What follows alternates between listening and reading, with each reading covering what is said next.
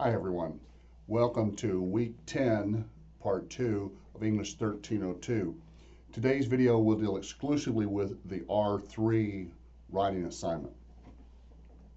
We're beginning to run out of semester, so I'm going to modify the last two research papers.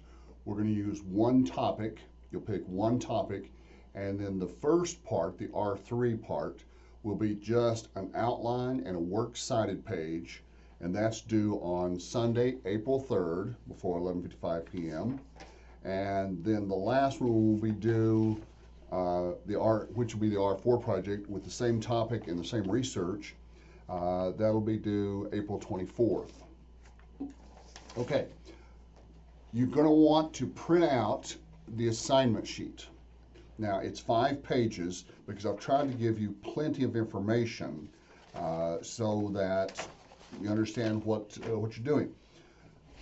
When you turn into me, no later than April the 3rd, you're going to turn into me exactly 2 sheets of paper. One is an outline of your writing assignment, and the second is the works cited page. Your outline needs to look just like this. Let's see if I can get that on camera for you. Yeah, that's page 4 of the assignment sheet. It's got your name at the top of the page. It's got the title of your, what will be your research paper, and then it's got the word thesis underlined, and then whatever you think your thesis will be. Now, I've included 5 topic sentences. You don't need that many. You can have 5 if you want, but you really only need 3. We've scaled this down a little bit. And then for your works cited page, and there's an example of this on page 5 of the assignment sheet. It's going to look just like that, which comes straight out of the MLA guidelines website. The topic is higher education, and you're going to pick just any aspect, any one specific aspect. And even after you pick one aspect, you're probably going to need to narrow that down because higher education is very broad, very general. And so you need to narrow it down. On page 3 of the assignment sheet, I've given you some topics, excuse me. And so let's say, for example, you decide to do the second one, discuss the history of higher education in America. Well, that's still pretty broad, so you might want to look at just history of land grant colleges, or the history of community colleges, or maybe the first community college, the first university, the first law school, the first med school. Look at just the significant firsts of that. One of them is discuss the evolution of a college or university. How does a college go from being a school to a college, from a college to a university, from a university to a system? Be sure that you're clear on all that. And you may need to do a little bit of extra research. You guys know that a system is a group of universities. Texas Tech has its own system, UT, A&M. A university is a group of colleges. A college is a group of schools, and a school is a group of departments. So that's how those things stack up. But anyway, just pick some aspect or some topic, and if you want to pick if you want to be just kind of general, and then shoot me an email and say, Mr. Fly, I'm thinking about writing about most effective teaching methods for higher education, or the benefits of study abroad, or the use of autonomy in higher education, then I can email you back and kind of help you, give you some possible pointers, some different directions that you may want to look at.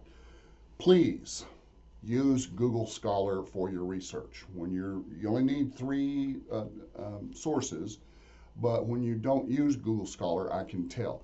It doesn't have to be Google Scholar. That's simply the best one. There are about 15 search engines which are specifically designed for scholarly academic research, including RefSeek, Microsoft Academic, Journ, R3. There's just a bunch of them out there. But Google Scholar is the best one. You're going to get the most results, and each result is going to tell you everything you need to know for this assignment.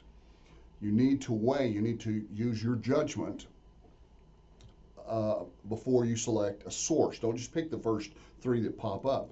Look and make sure each one has an author, that there's a name attached to it, somebody actually wrote it, that it is timely within about the last 20 years or so, that it's long enough. You don't want pamphlets or newspaper articles or websites, which tend to be very short.